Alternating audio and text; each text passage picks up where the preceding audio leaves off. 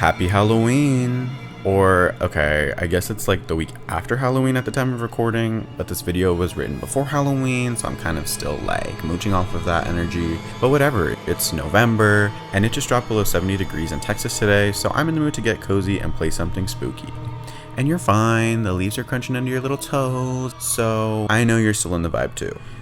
Welcome to my pre-rendered life, where today I'll be talking about my all-time favorite video game series just in time for the holiday festivities.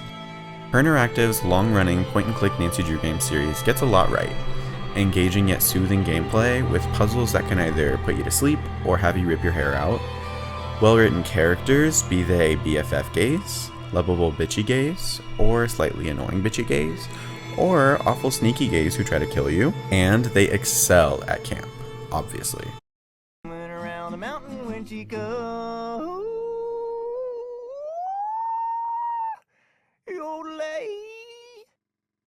I can't take anymore. But above all else, what these games got right for nearly 2 decades, and what keeps longtime fans like myself coming back, is aesthetics, mood, tone, because my god, can these games catch a vibe. The 32 game series is not without its duds, though I love the majority and have played through them a multitude of times. Even though the games aren't all created equal, they all have that magical something, an atmosphere unique to the series that keeps players hooked for life. I mean, I started playing these games as a toddler with my sisters on our family PC, so of course I have a nostalgic draw to them, but unlike other media from that age, these games withstand the test of time. As an active member on the Nancy Drew subreddit, I can attest to how alive and passionate the amazing community is, and every couple of weeks there are posts from newcomers to the games asking the best place to start, etc. I think this is for a variety of reasons. Nancy Drew is such an iconic franchise, but I think a lot of people view it as a stale relic from a time when media was a lot simpler. I mean, if you've ever read the Nancy books, you'll know what I mean. The series was created in the 30s, and it shows. So I think people are delighted and surprised when they familiarize themselves with the games that maybe they'd heard of their whole lives, or they'd seen on shelves at Target growing up, just how detailed and alive the games really feel. And I just think that that's amazing, and I'm so grateful to have had 32 amazing games before the company unfortunately went through some major changes and the series as we know it ended, but that's a topic for another video. Today I just want to highlight and appreciate the beauty of these games that I hold close to my heart, and give love to the amazing developers and artists who gave us so much for so long. I mean, they were cranking out 2 of these babies a year for a decade and a half. That's insane. Now, if you're a newcomer, chances are your first introduction to the games is game number 11, The Curse of Blackmore Manor. And for good reason. It's one of the best in the series and deserves all the love it gets, but it gets a lot of love. And I want to give a little love to a game that feels criminally underrated, even in the super sleuth community. Now, Nancy has seen a lot in her perpetually teenage existence. She's been to Paris as an assistant to a monster of a designer. The devil does not wear Prada, she wears a weird mask covering her face and a shawl that strangely resembles styrofoam packing sheets. She's been a ranch hand catching robbers and taming phantom horses in the Arizona desert. She's gone undercover as a spy in Scotland to stop a deadly terrorist group, and that's literally not even close to the half of it. Each of her mysteries has Nancy traveling to remote locations, meeting new people, learning new things, and foiling the plans of new crooks. And the incredible developers of the games make sure that everywhere you go is a new and exciting experience, wholly unlike the last. In what I plan to be a multi-video series, I want to discuss what I believe are the most atmospheric Nancy games, starting with a game in which the true crime committed is just how underrated it is. And it's got a plot so bizarre that it could only be Nancy. It's got fairies, kidnapping, love triangles, and nuclear warfare. That's right, super sleuths, I'm talking about game number 19, The Haunting of Castle Malloy.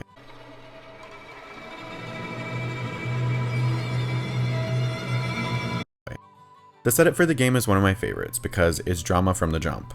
Nancy gets an invitation from a student her family had hosted years prior for a few months, asking to be the maid of honor at her wedding across the globe.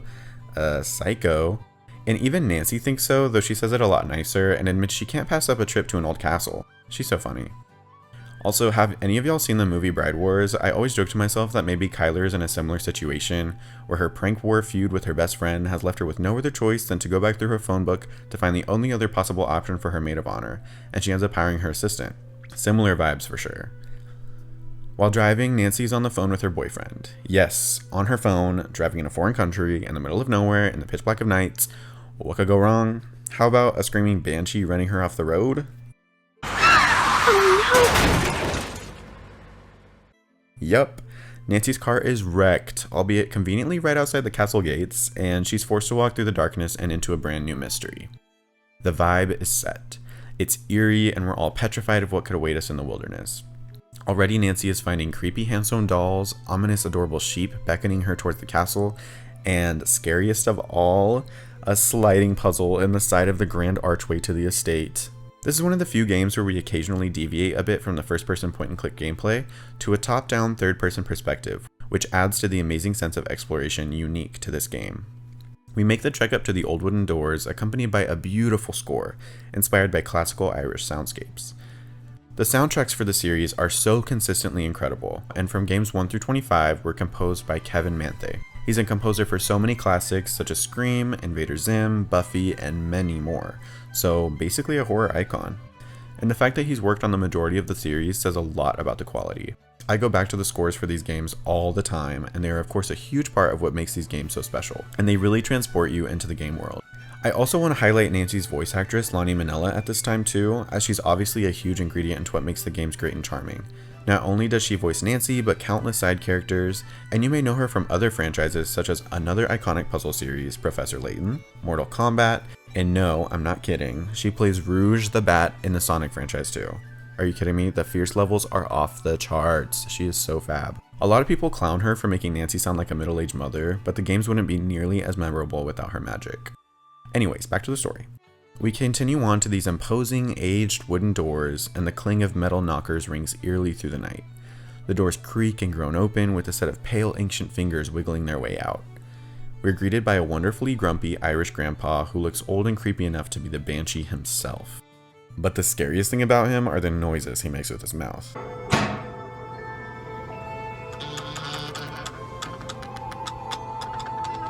Oh, hello, I'm Nancy Drew. Hello? He gradually tells us the wedding is off, and that we can't stay at the castle, and that we have to walk back through the dark, alone, down the road to the old inn, and closes the door in our face. Truly another beacon of light in Irish representation in media. True to character, Nancy is unable to take the hint and resorts to throwing a stone through the closest window, getting the attention of Kyler, who I'm sure is thinking, what the hell is this bitch breaking windows for, and she just got here. But she also made an acquaintance, her maid of honor, so I'm sure red flags like property damage aren't really on her radar. Personally, I do not like Kyler. Not really for anything she does in the game, but more for the image of her I built in my mind. The subtext insinuates she's far more batshit and sinister than the game lets on, and she just rubs me the wrong way. But anyways, let's move on from my imaginary beef. One thing about Nancy, she does not beat around the bush, and once in the castle gets Kyler to reveal that Matt, her groom, is missing. Apparently he's quite the prankster, and she thinks he's just playing a joke on her. How can somebody you came all the way out here with to marry just disappear? He hasn't disappeared for good. You have to understand, Matt's a bit of a prankster, and the wedding is still days away. By disappearing without a word a few days before their wedding? Yikes. And did you hear that? Pranks? Now, doesn't my Bread Wars theory have a little bit more credence? But I think Kate Hudson could have found her man and beat the Banshee's ass by now. I love that lady down. Anyways, she also claims to be able to hear his voice speaking to her around the castle. Like I said, this girl is psycho and it's all very Jane Eyre. I wasn't playing when I said this game is drama, because even if this were true, what does that say about the groom, about the relationship? The connotations have my mind running wild, because someone needs to get out. Kyler also reveals some family lore explaining that the castle is in shambles because of a failed science experiment. It resulted in an explosion that killed her great uncle, along with his wife and young daughter. Is the Banshee that ran us off the road the spirit of one of her ancestors, trying to keep us out of their home? She's also inherited the castle after the death of her great uncle, who may have been working as a spy for the Axis powers in World War II. Another yikes. She tells us that Donal, the grouchy caretaker, you know, the one with the nasty mouth noises, thinks Matt was kidnapped by fairies. The threads of the mystery are coming from literally all different directions, but trust me, they do come together for better or worse. From here, we're given free rein to explore the Castle Malloy. While we as Nancy have had the luxury of staying at many a castle in our day, all of which are stunning and gorgeous in their own way, Castle Malloy stands out. It's dark, with pitch-black corners that could be hiding any sort of ghost or ghoul. Its ancient stone walls are full of cobwebs and crumbling from either age or some terrible accident. Behind every corner could be the Banshee that haunts the grounds, or a secret passageway to a horrifying destination. and it's all ours to discover. The study where Kylie resides is just gorgeous, and we can search around to find a wrought iron chandelier, an old telescope, century-old metal contraptions that serve God knows what purpose, gigantic old tomes, and a coat of arms, and old torn tapestries on the wall, all while the fire crackles in the background. The details that go into every room are so lovely, and even when items aren't able to be interacted with, they make you feel like you're in a real, lived-in place. I don't know how much research goes into making sure the items you can see make sense and feel like they belong in the setting, but I feel like I would have a hard time with that, and I'm always so impressed. Down the hall is the nursery where Matt was staying, as well as a set of stairs that have collapsed, leaving no way to get up to the castle's tower. We go into the nursery, and taking one look at it, I'm thinking maybe this is the reason he left. Mystery solved. The bedding is basically one big cobweb after decades of unuse, and there's a fireplace here too, but for some reason it's not working. I guess everyone who made sure Denal the caretaker was actually doing his job is dead, because I could never sleep in this room. But God, is it gorgeous. A short cutscene of a magpie toying with a small jewel coin plays as we enter the room, giving Edgar Allan Poe vibes. Vines creep in from the ceiling like long fingers grasping towards us. A tea set lies shattered on the table, chairs are scattered about the floor, and the room is in general disrepair. Now a sad portrait of the little girl who once lived in it. Of course, there are puzzles as well, one of which even puts to use the creepy doll we found by the archway at the entrance of the estate. Walking down the stairs leads us to the main quarters of the castle, a stunning set piece of a room. The banquet table is set, unused, and waiting for the return of the missing groom, with a backdrop of a massive crater in the opposite wall, opening the room up to the beautiful starry night sky and further ruins of the castle in the hazy distance. It's absolutely breathtaking and could literally be the subject of a Gothic Renaissance painting. We're treated to another crackling fire and more knights in armor lining the walls. Tattered banners wave in the breeze, and chandeliers threaten to fall with every whoosh of wind that escapes into the castle. There's an automaton fortune teller, a frequent guest in the series, which in this instance serves as our hint system in the game. Creepy as ever, but so very helpful. And lastly, also found in this room, is our third suspect, the best friend of Kyler and Matt, Kit Foley, who instantly gives sexy bad boy yuppie with his undone necktie and suspicious black eye that he claims he got from walking into a door. Yeah, okay. So I guess he's a little bit corny too. What's next? Your dog ate your homework? But whatever, he's hot and the only other people to talk to are boring or mean, so anything you say, Kitty Poo. Turns out Kit really should be called Kitty because he's such a gossip he might as well be one of the girls. Matt isn't playing a practical joke, and he hasn't been kidnapped by fairies. He got cold feet and left. It's as simple as that. I mean, he loves Kyler, but she can be a handful. And he's no pushover either. Their relationship is so tempestuous, it scares him. She thinks once he makes a real commitment, everything will be fine. But he's not so sure. So he bailed. She's in a raging state of denial, and I, for one, don't see any harm in allowing her to stay that way. When I checked the nursery and saw that Matt's suitcase and backpack were gone, it finally dawned on me that he had left and he wasn't coming back.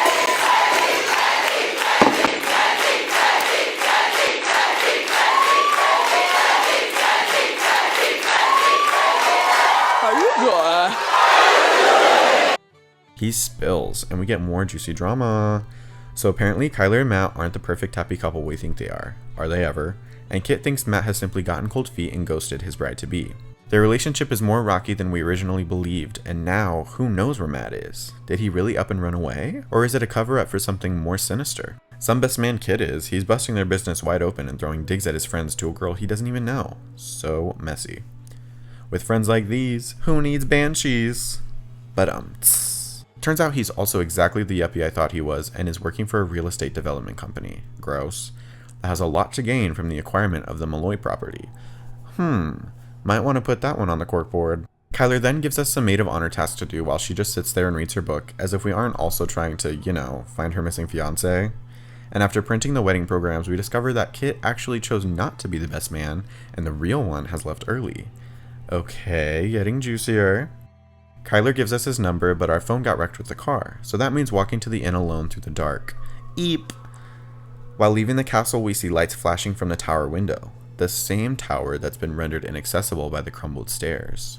That's peculiar. At the inn, aptly named the Screaming Banshee, we call Alan, the best man, who tells us he left to escape all the fighting going on between Kyler, Matt, and Kit. I mean, for three people who purport to be friends, it seemed to me they did an inordinate amount of fighting. For instance, the evening before Matt disappeared, he and Kit had a terrible row. I couldn't make out exactly what was being said, but they both sounded very angry. Furious, I dare say. In fact, the next time I saw Kit, he was sporting a black eye. And the next morning, Matt and Kyler had a go at each other. Nothing physical, mind you, and once again, I couldn't make out what was said, but I promise you, they were quite put out with each other. Matt and Kit had a fight so bad, it left Kit with his black eye. Should we give him the benefit of the doubt? I mean, maybe the door was named Matt too. Then Matt and Kyler got in an argument the next day. I mean, I don't want to count my tea eggs before they hatch, but OMG, it sounds like a love triangle. So fierce. At this point, we can also access our 2 usual phone contacts from the series, but not without swiping our Irish phone card first. An annoying but nice touch, something that the development team usually likes to throw in just to like annoy us, I feel, but it's cute. We can call Nancy's boyfriend Ned and her best friends Bess and George. The former is our sweet and loyal, albeit extremely vanilla boyfriend who worries about Nancy. While in some games this dynamic can be put to the test, as Nancy will fly off without any notice to her newest mystery, sometimes even standing up Ned and causing problems in the relationship, in this game he doesn't play any major role. The latter contexts, Bess and George, mostly serve as a useful hint system later down the line, and usually don't have much impact on the story, aside from being a lighthearted avenue for gossiping about the case. A prank. A prank? Apparently, he's a pretty big practical joker. More like a pretty big moron. Incoming. Check it out. Oh my gosh. Guys? Hello? Bess? George? Anyone? Sorry, we were hopelessly distracted by a truly amazing set of washboard abs. In Haunting of Castle Malloy, Bess and George are currently at a pool party checking out hot guys, which gives us something fun to think about, I guess, while we hunt for missing persons in a haunted, dilapidated castle. In the inn, we finally officially meet Donal, the caretaker, who refuses to speak to us until we make him his favorite drink. Come to me for a bit of aid and advice, did you? Well, I've got none to give. Not till I got the day's troubles behind me and a crow's nest in front of me. This means we get to play Mixmaid, and play one of my all-time favorite minigames in the whole series.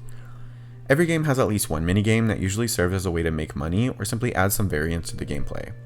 So if you're ever stuck on a puzzle or hit any dead ends within the investigation, you can always pause for a second and play something chill and repetitive. It's really nice. This particular minigame is of course making drinks for the patrons of the inn. I love how colorful it is in comparison to the rest of the game, with cartoon illustrations that denote the different drinks and the pretty bright fruit models for the garnishes. The sound effects and ambiance are also really cozy, with soft warm lighting and the wooden countertops and the chatter from the bargoers in the background.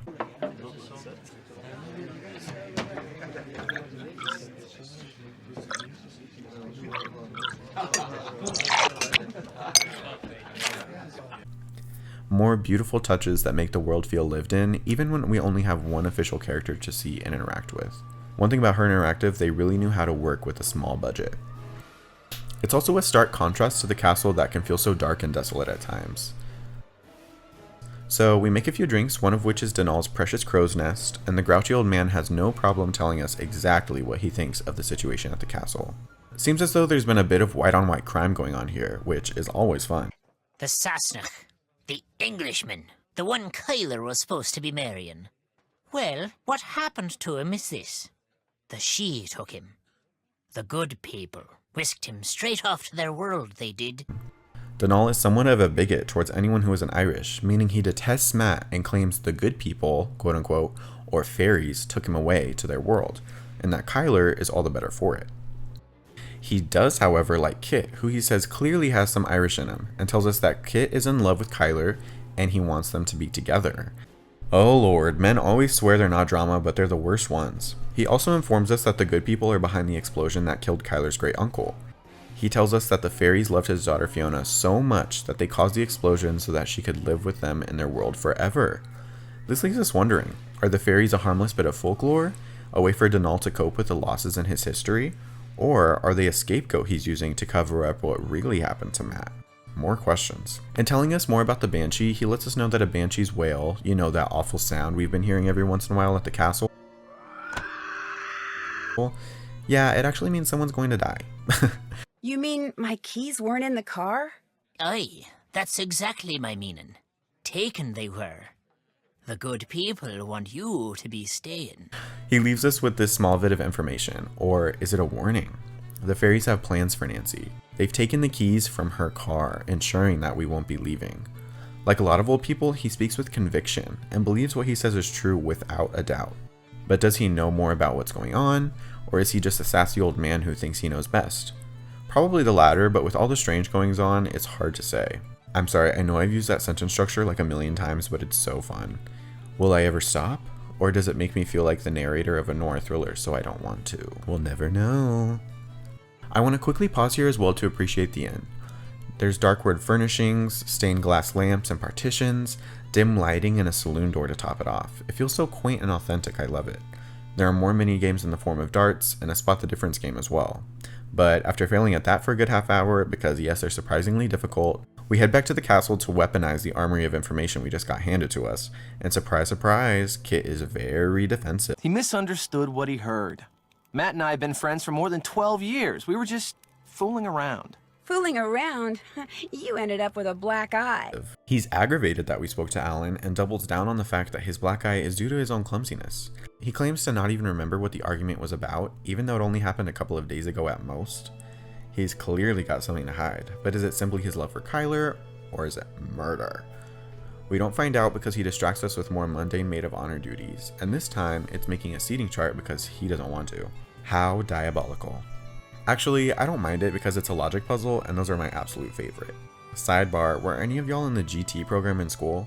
It was such a bullshit class and we did absolutely nothing important, but it was so fun, and if they did assign us work, it was logic puzzles like these. Every time I encounter one of these in my life, I get so happy because this is what GT prepared me for. Anyways, the puzzle is so charming and looks like it was actually handwritten on printer paper. I love it so much. We finish the chart and go to talk to Kit as he promised, but his slimy ass just gives us an old book he said Matt was reading, which will most definitely be used in solving a puzzle down the line. Upon speaking to him again, we can question him a bit more. Tyler, too. In fact, I'm the one who introduced her to Matt. How long ago was that? A little less than a year ago.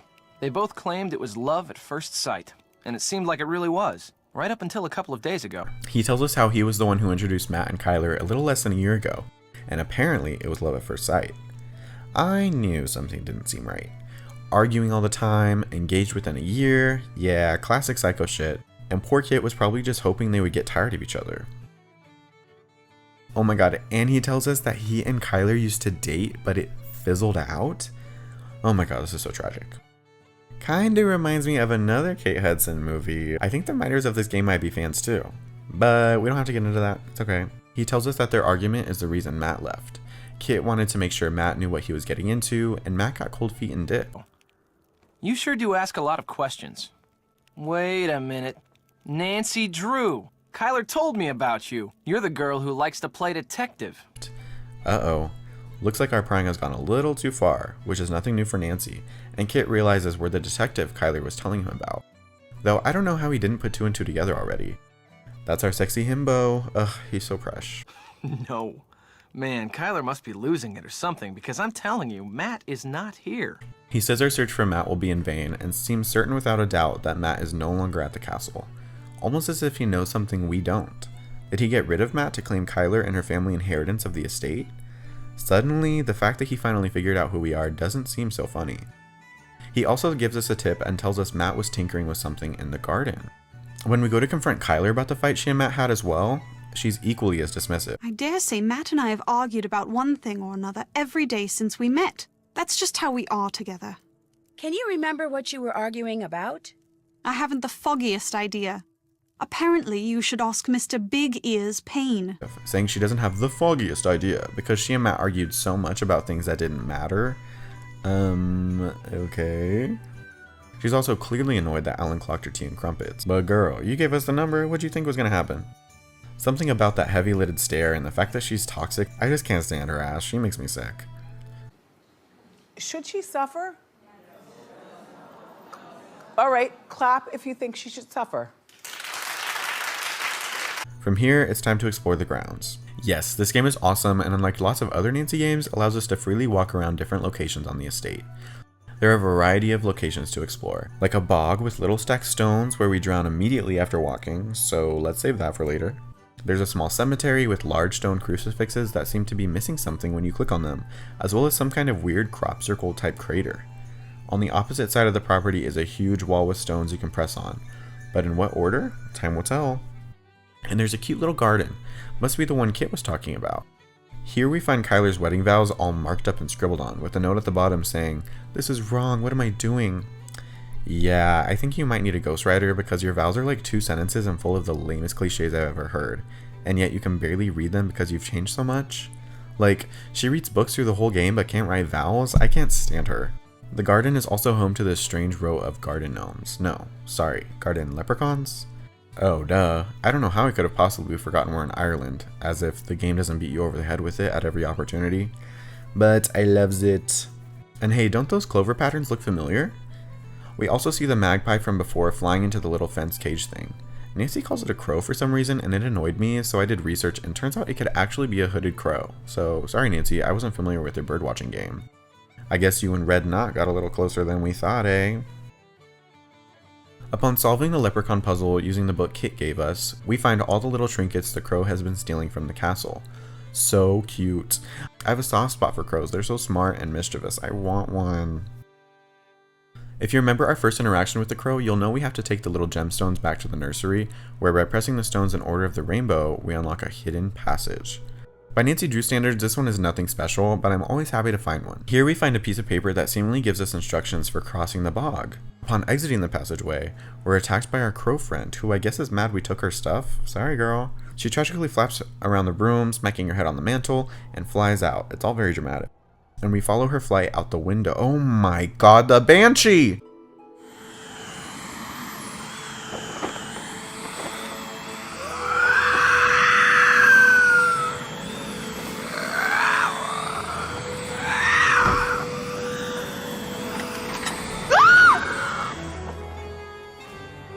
Her hair floats all around her, and she threatens to attack before wailing and flying away.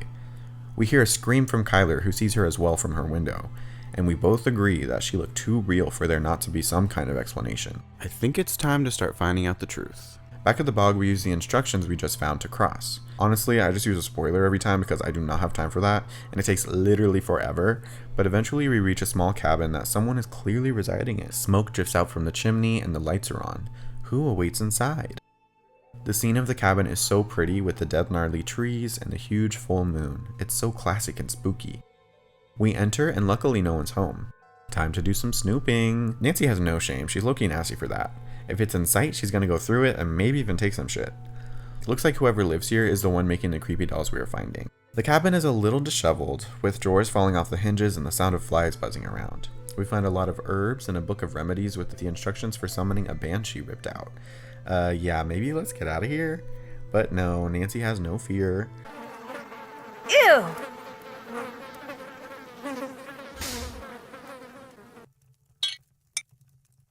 Instead, we concoct a fly killer with the herbs and get rid of the ones buzzing around the cage, allowing us to reach a lens-like object that looks like it would fit into one of those crosses at the cemetery. There are animal skins hanging from clotheslines and old rusty bird cages. And what's this? A metal contraption? If you've ever seen Spy Kids or like, I don't know, Jimmy Neutron, you probably know where this is headed, but for those who don't, I'll keep you in suspense for a little bit longer. After our shameless pillage of the bog shack, we head over to the cemetery, where upon placing the lens we found into the crosses, are shown some symbols. The same symbols at the wall from earlier. Look at us go. Pressing the symbols gives us access to a whole new area with the fastest sheep I've ever met roaming around. There's also another Stonehenge obelisk type puzzle that's too annoying to explain. And we also find our crow friend again next to a sketch Kit left outside, showing his plans for developing the estate. When we ask him about it, he says it's nothing. I was just messing around. See, I'm into real estate, and whenever I see an interesting tract of land, I like to sketch out how I'd develop it. Just to, you know, keep the juices flowing. And we go tattle to Kyler, and she's just as clueless as we are. This scene makes me laugh because just as you think she's about to have a breakthrough after this bit of information... Kit must have done those on his own. The question is, why? Anyway, I thought of something else you can do. She literally just laughs and goes, anyways, and asks us for another favor. Picking flowers. Okay, easy enough, crazy girl. This, of course, means that in spite of whatever it was I saw in the nursery, I still believe there will indeed be a wedding. Because no matter who or what took Matt, you're going to find him, Nancy. I have to believe that. Please don't let me down. She really is the most delusional ass bitch. Your man probably left you. Your best friend is looking like a backstabbing loser. Oh, but can you gather flowers for my bouquet for the wedding night that might not happen? Obsessed with the confidence girl. After coming back from dredging around in the dark through the castle grounds, hunting down flowers for Kyler, Kit has finally decided to leave his cot, which means we can snoop. Maybe we'll find his diary and read about his new crush on us, Nancy. Well, we don't find a diary, but we do find Matt's suitcase that Kit tried to gaslight Kyler about, saying it was gone. It was there, just last night. I remember seeing it when I peeked in to see if he'd finally decided to reappear. At least, I think I saw it last night. This revelation is honestly so insane. Nancy really wanted a free trip to Ireland so bad that she voluntarily walked into a castle full of nutjobs who she barely knows. I'm now scared for my life because it's looking like Kit did something with Matt, and now he's gone too. Did he flee the scene, or is he waiting and watching to get rid of Nancy? Do we know too much now? Ruh-roh. That's my Scooby-Doo impression. Now let's run and tattle to Kyler to ruin his chances of reconciling with her. Those were just some sketches I made because I was bored. I do that all the time. I'm not after your property. Then what are you after? Nothing! Then why are you trying to tell me there's not going to be a wedding? Because Matt is gone. Matt would never walk out on me. Never. He still loves you, Kyler, but he's not ready to get married, and he just didn't know how to tell you. Oh, so he told you to tell me? Or was his leaving your idea? What'd you tell him, Kit? That I still had feelings for you? That it isn't over between us?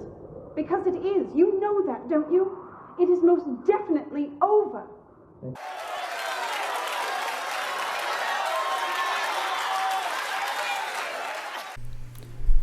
But looks like he got to her first. We can overhear an argument from outside the study. Sounds like she's confronting him about the development plans, and he's telling her Matt is gone. Then what are you doing with his luggage? Once again, Nancy has either no survival skills or just a lot of confidence in her self-defense abilities, because she straight out asks Kit about the luggage, and he acts like he's surprised. How'd it get there? Looks to me like someone was trying to hide it. Well, it wasn't me. Matt hid it. Oh my gosh. He didn't go back to London. He's been here the whole time. Kyler was right. Oh my gosh. Though it isn't too believable. But honestly, after this interaction, I think it's safe to say he's off the suspect list. I feel like with this much evidence stacked against you, if you were guilty, you would have just split a long time ago. I end up just kind of feeling bad for the poor guy. The woman he loves and his close friend will get married after all, after the smallest spark of hope that their relationship was crumbling is now fading. And that's if he even gets found after all. Bringing the information about the luggage to Kyler is absolutely pointless once again, and she writes it off as a coincidence, simply glad that that means Matt is still on the premises. It kind of looked like Kit was hiding it. Oh, don't be silly. Why would Kit do a thing like that? Well, anyway, that's a good thing. It means Matt's still around here, just as I've been saying all along. Kit is soon vindicated, however, in a short conversation with Donal, who says he's the one who moved the luggage. Well, can't blame her for being suspicious given the mountain of evidence, and the current circumstances. But now we're low-key back to square one. From here we gotta lock in and solve some puzzles. We can solve the stone pillar puzzle, which I usually cheat on because I can't be bothered, which gives us another metal plaque to be used for the printing press. We've been finding these the whole time, I just haven't mentioned them, I'm sorry. And upon running them through the press, they're actually instructions for using a jetpack? Yeah, remember that contraption from the bog hut? This shit is badass. We can now power on and fly around the castle, like are you joking? This is super fun and gives us access to the mysterious tower, which is low-key one of my disappointments with the game. I wish there was more to do here since it takes you so long and at least left me with a lot of suspense and anticipation at what could be up there. But there's only a couple of clues to find and you can't even really explore. But it's okay, that magnificent 4-poster bed makes up for it a little bit. Can I take a nap in there? I'm tired from all the jetpacking and drama. In the tower we find an ugly-ass doll with a key attached. I think this doll is supposed to be me. It's supposed to be Nancy? Now that's just rude, and I guess a little creepy. Among the clues in this room may also be the key to blowing the mystery of the Banshee wide open, but I'll save that for a little later. Donal tells us of an old woman from his childhood who is rumored to have lived deep within the bog. Obviously, whoever she is has been scaring everybody flying around on her damn jetpack. Maybe trying to scare people away for whatever reason? He has us round up sheep for him and shear them, which is fun. We sneak up to them and blow a whistle, and they bolt into the barn. The sound effect kills me. The monstrosity of a shearing machine blows my mind. I don't know how sheep get sheared, but I feel like it's not like this. I guess it's just another crazy invention from Kyler's uncle. The system is insane, with you having to determine the sheep's mood by their behavior and give them the correct hairstyle accordingly. This results in some pretty fierce and hilarious cuts, from mohawks to pompadours to fluffy with pink bows. This puzzle was always a little bit janky to me, just because it's a little bit difficult to tell how the sheep are feeling just from like slight movements from their hooves and such. But I think it's really funny and gives the game a lot of personality, especially in this later part where it gets a little bit darker. With this wool, we can now make the last doll we need for the dollhouse logic puzzle. So it's back to the bog hut. We get the doll and open the previously locked jewelry box with the key that came with the Nancy doll. Inside awaits the final clue to finding out who this mysterious banshee really is. It's a birthday card from Kyler's grandfather to his daughter, Fiona Mallory. All of a sudden we hear a scary groan. It's right behind me, isn't it? And turn around to the ghastly sight of the banshee face to face with us. And it's Kate Hudson. Just kidding.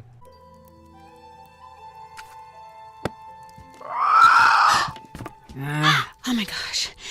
Listen, I'm sorry. I shouldn't be in here. This is your home, isn't it?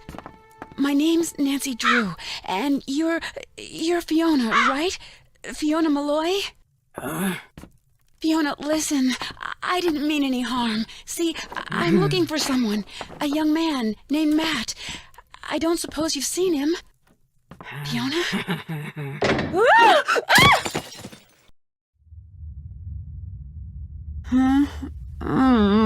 Don't let the killer get you! A scared Nancy tries to reason with who we now know is the lost daughter of the genius inventor and owner of the castle, Fiona. Thought dead all these years and left to fend for herself with no one but her pet crow and her jetpack. The clue I kept from you from the tower was a diary entry explaining how Fiona would fly around the castle on the jetpack her father gave her, a jetpack she still uses today. As kooky as it sounds on paper, it's actually an emotional scene. Nancy tries to appeal to her emotions, and for the first time we can see the so-called banshee for who she truly is, a frightened girl who lost her family long ago and has since been living in seclusion. It really seems like we're getting through to her and might be able to get her some help, until she gives us a sneaky little laugh and sends us falling down through the trapdoor. Yeah, we're back to the kookiness. Amazingly, no bones are broken, and we crawl through the cave-like tunnels underneath the estate, eventually reaching some kind of bunker. As we go to turn on the lights, we hear a voice crying out for us to stop. No, don't touch that. No! Nuts. Well, now you're trapped over there and I'm trapped over here. Now I'm done. Looks like we found our missing groom and trapped him on the other side of a door. He looks pretty rough, exactly how I'd expect someone who's been trapped in an underground bunker would look.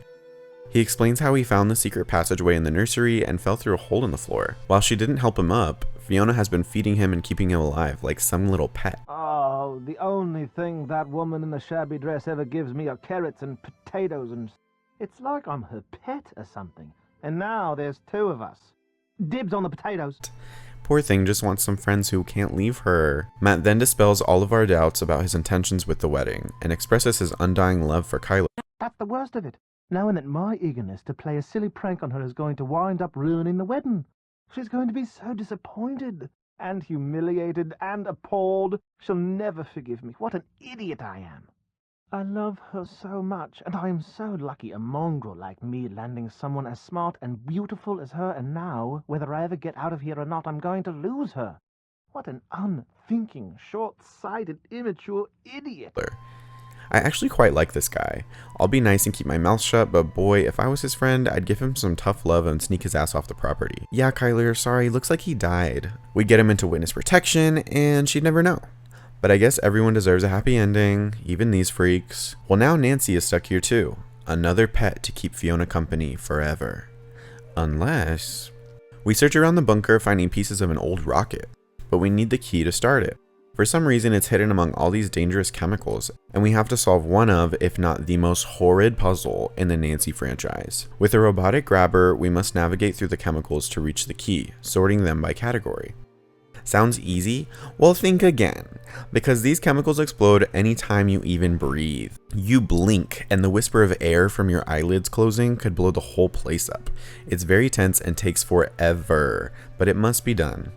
That's the thing with these games, even when the clunky UI is fighting you at every turn, at worst it just makes you laugh and shake your head. Now with the key in hand, we can launch the missile, probably breaking like a million Geneva Convention laws and initiating this dramatic Final Fantasy-ass cutscene, showing all the characters.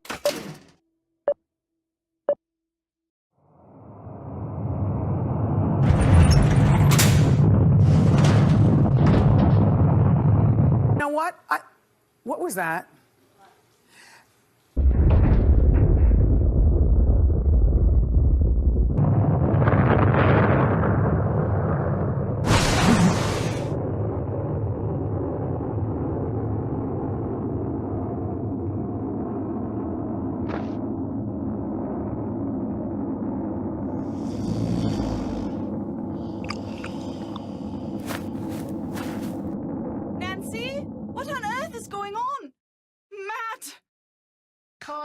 We're trapped down here. Get a ladder or something. Oh, Matt, I've been so worried about you. Where have you been? I missed you so much. I was afraid I'd never see you again. And I've got so much to tell you. No, I take that back. There's only one thing I want to tell you. I love you. Do you hear me? I love you. Kyler and Kit are also suspiciously shown together in the garden, which the game just blows past. Like, why would they choose the final scene to show them together like this? I don't know, something just doesn't feel right, but like, they don't even address it. I'll play the little epilogue that's standard for the games to show you how the story wrapped up. By the time Kit came back with a ladder, Kyler had said I love you to Matt approximately 150 times. And Matt had said it to Kyler about 200 times. And they were still saying it to each other on the day of their wedding 4 days later. Even Kit remarked that Matt's little misadventure seemed to have been good for their relationship. Needless to say, this bummed Kit out, until he met the very beautiful young Irish woman who catered the reception. Long story short, it looks like Kit will soon be returning to Ireland, and not just to sketch plans for potential housing developments. As for Mr. Delaney, he still can't accept the fact that the strange wail I kept hearing wasn't a banshee, but an old siren that Matt kept inadvertently setting off down in the tunnels. Nor is he clear on the fact that Fiona, whose jetpack was also a source of weird noises, was responsible for many of the strange phenomena he'd always attributed to fairies. But he understood immediately that Fiona was someone in need of compassion and helped the police take her into custody without incident. Apparently, after the explosion killed her parents, Fiona was taken in and raised by an old hermit who lived alone in the bog hut, which did not exactly do wonders for the little girl's mental or emotional development. But she's getting lots of attention now, and she's so bright, after all, her father was a rocket scientist, that her prognosis is actually pretty good. Okay, I'm editing, so I'm so sorry for the bad audio quality, but like, why does Fiona look so baby here? Like, aw. Me, I'm on my way back to the States, via jet plane, not jetpack. My pack and Fiona's were quickly confiscated by military types, bent on adapting them for use on the battlefield. Unfortunately for them, Brendan's intricate fuel system has them completely and hopelessly stumped, which has no doubt made Fiona's crow and all its feathered friends very happy. They finally have the skies above Castle Malloy all to themselves.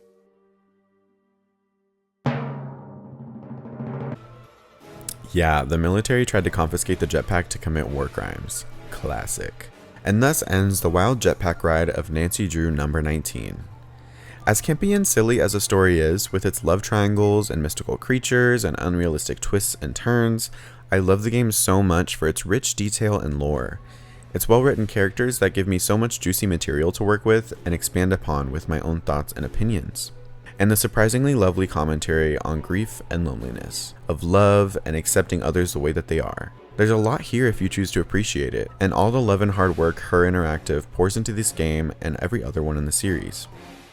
I plan on making many more videos about these games that I love so much, and plenty of other topics as well.